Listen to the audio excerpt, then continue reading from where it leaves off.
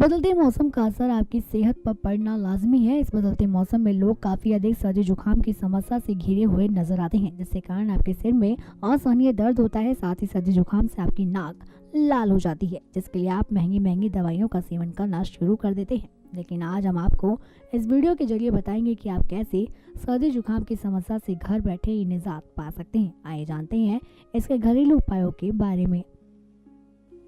सर्दियों के मौसम में आप सर्दी जुकाम की समस्या से निजात पाने के लिए गिलास गर्म दूध में करीबन 1 चम्मच के बराबर हल्दी और शहद को मिला लें और इसका सेवन करें। ऐसा करने से आपकी सर्दी जुकाम चुटकियों में दूर हो जाती है। इसके अलावा अगर आप खांसी जुकाम के लिए काली मिर्च की चाय को बनाकर इसका सेवन करते हैं तो ऐसा करने से आपकी सेहत को काफ़ी बेहतरीन फ़ायदा मिलता है। साथ ही आपकी सर्दी जुकाम चुटकियों में दूर होती है। इसी के साथ आगे आपको बताते चले कि सर्दियों में आप 2 गिलास पानी में 10 ग्राम गेहूं की भूसी, 2 चुटकी काला नमक डालकर करीबन 15 से 20 मिनट तक उबालें और इसका काढ़ा बनाकर इसका सेवन करें। ऐसा करने से आप ठंड से बचे रह सकते हैं। क्यूरन हेल्थ डेस्क से रानी की रिपोर्ट।